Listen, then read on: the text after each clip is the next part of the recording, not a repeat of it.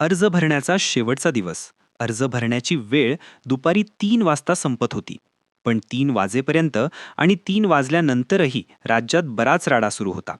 कुठे AB form मिळवण्यासाठी धडपड सुरू होती, कुठे थेट पक्ष बदलण्यात आले, तर कुठे उमेदवारी मिळाली नाही म्हणून नेत्यांनाच गराडा घालण्यात आला. हा सगळा राडा ठाकरेंच्या शिवसेनेत झाला नाही, ना शरद पवारांच्या राष्ट्रवादीत झाला, ना काँग्रेसमध्ये आणि ना मनसेमध्ये. हा झाला महायुतीच्या पक्षांमध्ये. मग बंडखोरी झाली. महायुतीतल्या पक्षांमध्ये नाराजी तयार झाल्याचं बोललं जाऊ लागलं. नाराजी नाट्य बरंच रंगलं. 2 जानेवारी अर्ज माघारी घेण्याचा शेवटचा दिवस. एकापाठोपाठ एक बातम्या यायला सुरुवात झाली. नगरसेवक बिनविरोध निवडून आल्याची. ठिकठिकाणी अर्ज माघारी घेतले गेले. अर्ज माघारी घेणाऱ्यांमध्ये फक्त अपक्ष किंवा बंडखोर नव्हते, तर मवियाचे उमेदवार सुद्धा होते. कित्येक महानगरपालिकांमध्ये मतदानाच्या आधीच महायुतीचं, खास करून शिंदे आणि भाजपचं खातं दणक्यात उघडलं गेलं. एका बाजूला बिनविरोध निवडून आलेले महायुतीचे 50 नगरसेवक, दुसऱ्या बाजूला काँग्रेस वंचितचे 16 जागांवर उमेदवारच नसणं, ठाकरेंची शिवसेना आणि मनसेमध्ये जागा वाटपामधून गणित फिसकटणं. या सगळ्या घडामोडी एकच प्रश्न उपस्थित करतायत. विरोधक निवडणुकी आधीच मैदान सोडू लागलेत का? त्याच प्रश्नाचं उत्तर पाहूयात या व्हिडिओमधून. तर नमस्कार मंडळी, आणि तुम्ही पाहताय बोला मंडळी मराठी न्यूज. तर सगळ्यात आधी बोलूयात बिनविरोध निवडून आलेल्या नगरसेवकांबद्दल. अर्ज माघारी घ्यायला 1 जानेवारीला सुरुवात झाली आणि त्या दिवशीपासूनच नगरसेवक बिनविरोध निवडून येत असल्याच्या बातम्या सुरू झाल्या.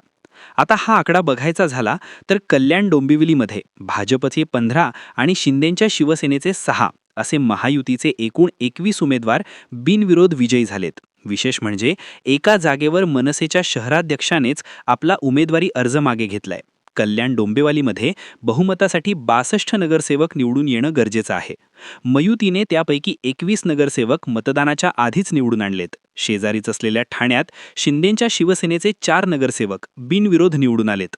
पनवेलमध्ये भाजपचे 8 नगरसेवक बिनविरोध निवडून आलेत. इथं एका जागेवर शेकापच्या उमेदवाराचा अर्ज बाद झाला, तर इतर ठिकाणी ठाकरेंची शिवसेना, शेकाप आणि काँग्रेसच्या उमेदवारांनी अर्ज माघारी घेतले. पुण्यात भाजपचे 2 नगरसेवक बिनविरोध निवडून आलेत, ते सुद्धा प्रभाग क्रमांक 35 या एकाच प्रभागातून. पिंपरी चिंचवडमध्ये भाजपचे 2 नगरसेवक बिनविरोध निवडून आलेत. धुळ्यामध्ये भाजपचे 4 नगरसेवक बिनविरोध निवडून आलेत. तर जळगावमध्ये शिंदेंच्या शिवसेनेचे 4 आणि भाजपचे 4 असे एकूण 8 नगरसेवक बिनविरोध निवडून आले आहेत. अहिल्यानगरमध्ये भाजपचे 3 तर अजित पवारांच्या राष्ट्रवादीचे 2 असे एकूण 5 नगरसेवक बिनविरोध निवडून आले आहेत. आता या सगळ्या आकड्यांची बेरीज केली तर आत्तापर्यंत 50 नगरसेवक बिनविरोध निवडून आले आहेत. अर्थात हा आकडा आणखी काहींनी वाढू शकतो. यात महत्त्वाचं म्हणजे 50 पैकी 34 नगरसेवक हे भाजपचे आहेत, 14 नगरसेवक शिंदेंच्या शिवसेनेचे आहेत, तर 2 नगरसेवक हे अजित पवारांच्या राष्ट्रवादीचे आहेत. म्हणजेच महायुतीने पहिल्याच फटक्यात आघाडी घेत विरोधकांना दणका दिलाय. विशेष म्हणजे भाजपने यातल्या काही जागांवर अजित पवारांच्या राष्ट्रवादीलाही दणका दिलाय. त्यात काही ठिकाणी अगदी शेवटच्या क्षणापर्यंत पडताळणी सुरू असल्यानं अधिकृत घोषणा बाकी होती. त्यामुळे हा आकडा 50च्या पुढे जाण्याची शक्यता आहे. आता इतक्या प्रमाणात शिंदे आणि भाजपचे नगरसेवक बिनविरोध निवडून आले. यात काही जागांवर अर्ज वैध ठरले नाहीत, पण महत्त्वाचं म्हणजे कित्येक जागांवर समोरच्या उमेदवारांनी अर्जच माघारी घेतले. अर्ज माघारी घेणाऱ्यांमध्ये मवियाच्या घटक पक्षांमध्ये उमेदवार आहेत. एका ठिकाणी तर अजित पवारांच्या राष्ट्रवादीच्याच उमेदवाराने माघार घेतली आणि भाजपचा विजय सोपा झाला. मनसेच्या उमेदवारांनी सुद्धा माघार घेतली. यात सगळ्यात महत्त्वाची गोष्ट म्हणजे जास्तीत जास्त जागा या भाजप आणि शिंदेंची शिवसेना यांच्याच निवडून आल्यात.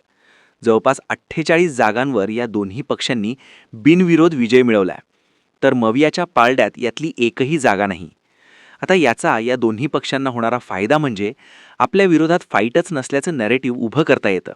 कारण विरोधी पक्षाच्या उमेदवारांनी या 2 पक्षांच्या उमेदवारांच्या समोर नांग्या टाकल्याचं चित्र आहे. साहजिकच याच 2 पक्षाचे उमेदवार निवडून येत आहेत असं चित्र या दोन्ही पक्षांना उभं करता येईल. नगरसेवक बिनविरोध निवडून आल्यानंतर त्यांचं अभिनंदन करणाऱ्या नेत्यांनी ही विजयाची सुरुवात आहे यावर भर द्यायला सुरुवात केली आहे. मुळातच महानगरपालिकांच्या निवडणुका जाहीर झाल्यानंतर या दोन्ही पक्षांमध्ये मोठ्या प्रमाणावर इन्कमिंग सुरू झालं होतं. भाजपनं काही प्रभागात तर विरोधकच ठेवले नाहीत अशीही चर्चा झाली. पुण्याचंच उदाहरण द्यायचं झालं तर प्रभाग क्रमांक 32 भाजपनं 3 आयात उमेदवारांना उमेदवारी दिली आहे. यात 2 माजी नगरसेवक आहेत, तर 1 नगरसेवकांचे नातेवाईक आहेत. त्यामुळे साहजिकच भाजपनं समोर फाईटच ठेवली नाही. दुसऱ्या बाजूला शिंदेंच्या शिवसेनेत शेवटच्या क्षणापर्यंत एबी फॉर्म घेण्यासाठी धावपळ सुरू होती. एका उमेदवाराने तर एबी फॉर्म गिळल्याची घटना घडली. साहजिकच जिंकायचं नरेटिव्ह आपल्या बाजूनं उभं करण्यात या दोन्ही पक्षांना फायदा होणार आहे. खास करून राज्यात अनेक ठिकाणी, विशेषतः मुंबई, ठाणे, कल्याण, डोंबिवली, MMR रिजनमध्ये हे दोन पक्ष एकत्र लढत आहेत. त्यामुळे साहजिकच या नरेटिव्हचा महायुतीतल्या दोन्ही पक्षांना चांगला फायदा होऊ शकतो. एका बाजूला विरोधकांनी घेतलेली माघार आहे, तर दुसऱ्या बाजूला विरोधकांच्या उमेदवारांचा अभाव आहे. मुंबई महानगरपालिकेमध्ये ठाकरेंबंधू विरुद्ध शिंदेंची शिवसेना आणि भाजप अशी थेट लढत आहेत. अजित पवारांची राष्ट्रवादी स्वतंत्र लढते. शरद पवारांची राष्ट्रवादी ठाकरे बंधूंच्या सोबत आहे. पण महत्त्वाचं म्हणजे काँग्रेस आणि वंचित बहुजन आघाडी हे दोन पक्ष एकत्रित लढत आहेत. काँग्रेसने वंचितला 62 जागा दिल्या होत्या, पण त्यापैकी 16 जागांवर वंचितला उमेदवारच सापडले नसल्याच्या बातम्या आल्या. साहजिकच या जागांवर काँग्रेस वंचित या आघाडीचे उमेदवारच नाही आहेत. याचा फायदा भाजप आणि शिंदेंच्या शिवसेनेला ठाकरेंशी थेट लढत देताना होऊ शकतो. ठाकरे बंधूंनी मुंबई आणि राज्यातल्या इतर महानगरपालिकांमध्ये युती केली असली तरी बऱ्याच ठिकाणी या दोन्ही पक्षांचं जागा वाटपावरून फिसकटलंय. मुंबईत ठाकरेंची शिवसेना 165 जागा लढतीये, तर मनसेला 52 जागा देण्यात आल्यात.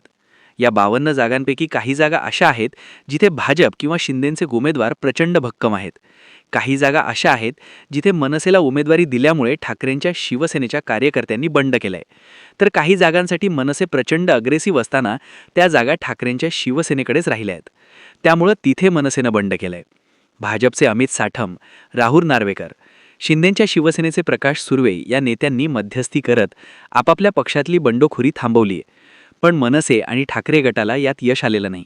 भांडूपमध्ये बंडखोरी करणाऱ्या मनसेच्या अनिशा माजगावकर या अर्ज माघारी घेण्याच्या शेवटच्या दिवशी नॉट रिचेबल असल्याच्या बातम्या आल्या. त्यामुळे साहजिकच बंडखोरांना रोखणं हे ठाकरे बंधूंना जमलेलं नाही. पण हीच गोष्ट भाजप आणि शिंदेंनी शिताफीनं केली आहे. आता महानगरपालिकेच्या निवडणुकांचं मतदान व्हायला साधारण 13 दिवस बाकी आहेत. त्याआधीच शिंदे आणि भाजपचे 48 उमेदवार बिनविरोध निवडून आलेत. त्यातही यात भाजपचा आकडा मोठा आहे. त्यामुळे विरोधकांनी लढण्याआधीच शस्त्र टाकून दिल्याचं नॅरेटिव्ह या पक्षांना मोठं करता येणार आहे. काही ठिकाणी नगरसेवक बिनविरोध निवडून येण्याचं कारण अपक्ष उमेदवारांनी अर्ज माघारी घेणं हे सुद्धा आहे. याचाच अर्थ इथं विरोधी पक्षांकडून उमेदवारच देण्यात आला नव्हता. मुंबईत सुद्धा 16 जागांवर वंचितला उमेदवार सापडलेला नाही. त्यामुळे भाजप आणि शिंदेंच्या समोर द्यायला उमेदवारच नाहीत. यामुळेच विरोधकांनी मैदान सोडलंय असं चित्र निर्माण झालंय.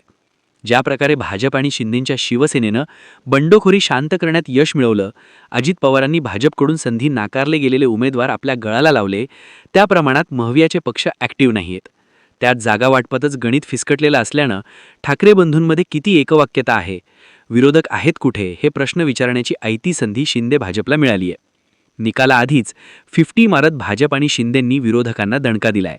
त्यामुळे आता प्रत्यक्ष मैदानात विरोधक किती टिकतात, सोबतच भाजप शिंदेंच्या झंझावतापुढे अजित पवार काय रणनीती आखतात हे पाहणं महत्त्वाचं असेल.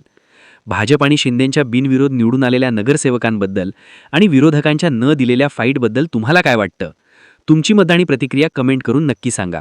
आणि निवडणुकीशी संबंधित सगळे अपडेट जाणून घेण्यासाठी बोल मंडळी या चॅनलला सबस्क्राईब करायला विसरू नका.